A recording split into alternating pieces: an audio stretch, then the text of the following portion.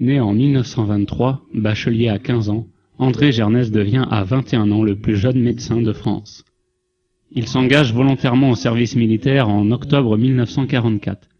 Il est démobilisé en 1945. Il travaille comme chercheur dans 4 des plus grands instituts du monde. La Fondation Curie à Paris, il y devient attaché sur concours en 1944. Le Radcliffe Hospital à Oxford, l'Institut Karolinska sjukhuset à Stockholm et le Presbyterian Hospital à New York. Après la pathologie virale il y a un siècle, puis la pathologie microbienne il y a un demi-siècle, le relais comme cause principale de mortalité et de morbidité a été pris par la pathologie dégénérative. Cette pathologie dégénérative est elle aussi représentée par des maladies diverses, qui apparemment n'ont aucun lien. Le cancer ne ressemble pas à l'artériosclérose, qui ne ressemble pas à la sclérose en plaques, qui elle-même ne ressemble ni à la schizophrénie, ni à la maladie d'Alzheimer. Et pourtant, ces maladies si dissemblables ont un dénominateur commun. Elles ne peuvent apparaître ou proliférer qu'en présence ou sous l'influence d'une hormone sécrétée par une glande du crâne. Cette hormone s'appelle l'hormone de croissance. Les prothèses instrumentales de plus en plus élaborées dont nous disposons favorisent cette pente-là. C'est très favorisant parce qu'on arrive en effet à définir de plus en plus, on sait de plus en plus de choses sur un objet de plus en plus réduit. Et on finit par tout savoir sur rien du tout. Par contre, l'inverse, qui consiste à intégrer l'esprit de synthèse, qui consiste à intégrer des phénomènes multiples et de le ramener à une unification, ça c'est beaucoup plus difficile. Les pouvoirs publics ou la télévision annoncent et parlent de détection précoce en matière de cancer, c'est véritablement une imposture. Parce que si on prend le cancer du sein, bon, le docteur Journet a dit tout à l'heure, au bout d'1 an, 16 cellules, 2 ans, 256, etc. Et il faut atteindre 1 milliard de cellules avant de pouvoir être détecté par les moyens techniques habituels. Par conséquent, on intervient au moment où le cancer a évolué pendant plus de 8 ans. Voici les bases du protocole de la prévention active à mettre en place les 30 premiers jours sous le contrôle du médecin traitant. Mise en acidose. L'acidose constitue un état défavorable au développement de la cellule cancéreuse, l'alcalose contribuant à son éclosion. Réduction de la ration quotidienne, par exemple 1 repas par jour. La restriction alimentaire implique un jeûne relatif destiné à induire dans l'organisme un état d'acidification incompatible avec le métabolisme des cellules cancéreuses, voir la théorie de Otto Heinrich Warburg, prix Nobel 1931. Nous savons aujourd'hui que les restrictions alimentaires expérimentées sur les animaux et les humains accentuent la longévité. Éviter le sucre et le sel, les aliments riches en cholestérol, les viandes crues et grillées.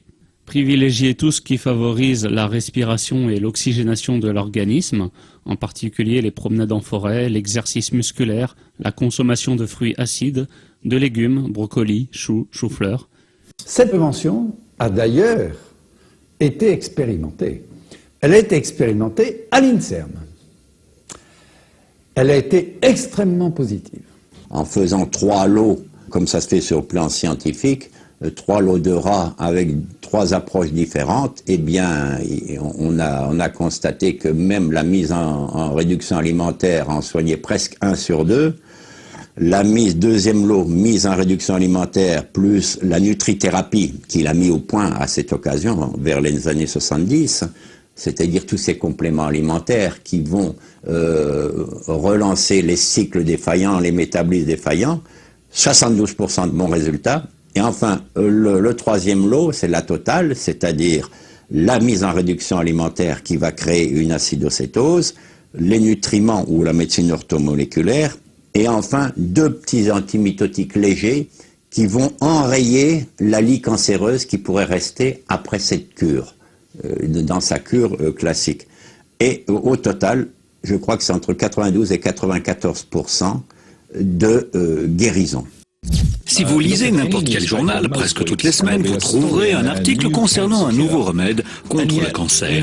Mais en prenant du recul et en observant ce qui se passe en réalité, on constate que des gens autour de nous continuent de mourir du cancer. La solution contre le cancer n'est qu'un produit qui donne lui-même le cancer, parce que la plupart des chimiothérapies sont elles-mêmes cancérigènes. Même l'association médicale américaine l'admet dans le cas du cancer.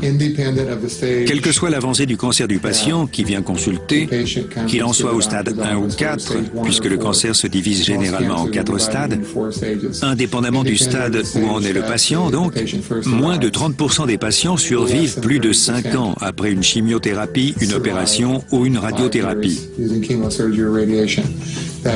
Cela signifie donc que plus de 70% en meurent. C'est absolument inacceptable.